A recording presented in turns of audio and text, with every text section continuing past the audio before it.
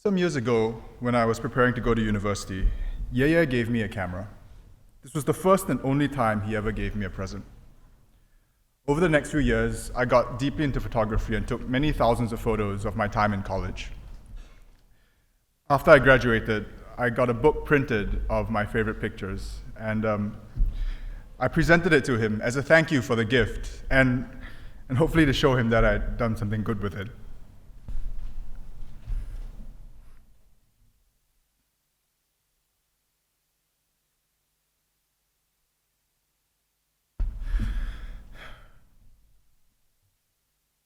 Yeye was more than a grandfather to me. He was an inspiration. When I was young, I wanted to grow up to be a man like him. And even now, I still do. We would have lunch with Yeye and Nai every Sunday at their home. We always ate simple things: mee rebus, nasi lemak, popiah. He was never one concerned with luxury or lavishness. And the idea that he would care about how fancy his food was or what kind of branded clothes he wore was ridiculous. His mind was always occupied with far more important things. He would have discussions with our parents while my cousins and I would sit by the side and listen. And after listening, I would always feel a little bit silly, because he made me realize how petty all the little problems in my life were, and how there were so many more important things in the world. He made me want to do something more with my life.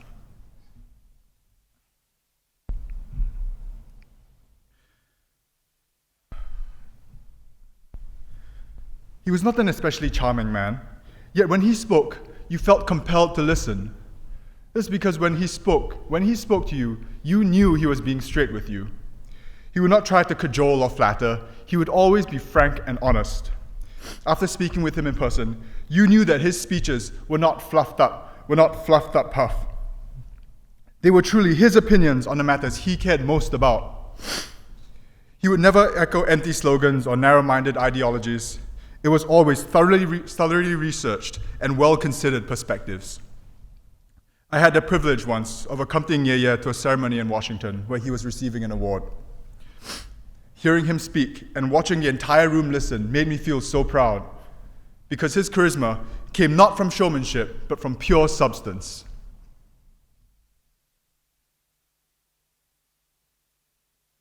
Yeye understood the limits of his knowledge.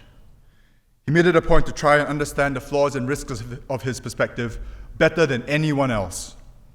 This was especially true when it came to Singapore. He refused to let blind nationalism run this country into the ground. He cared about this country deeply and made sure that he was aware of any weaknesses that could cause us harm. And yet, he was very proud of Singapore and confident that we could be better. Yeye showed me that you could make a difference in this world.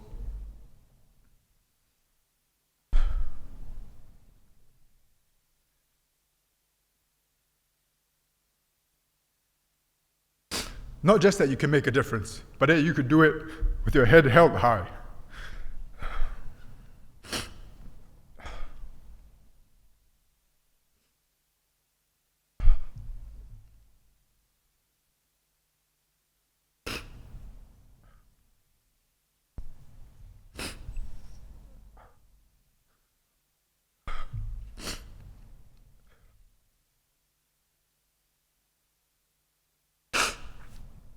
You didn't have to lie, cheat, or steal.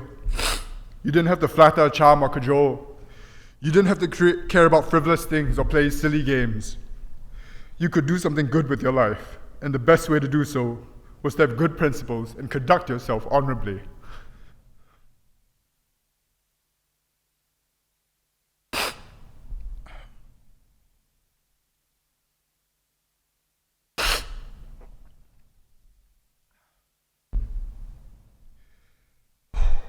People admired Yeye for his brilliant mind. They admired him for his ability to lead and rally us together. They admired him for all of his staggering accomplishments. These are all true. But to me, what made him a great man was the person he chose to be. A man of character, clarity, and conviction. We should remember him less as a man who gave us great gifts, and more as a man who showed us the kind of people we could be. When Yeye gave me that camera years ago, he wrote me a note. It was a simple note, without any flowery language or cheap sentiment. He simply told me that he hoped I make good use of it. I hope I have.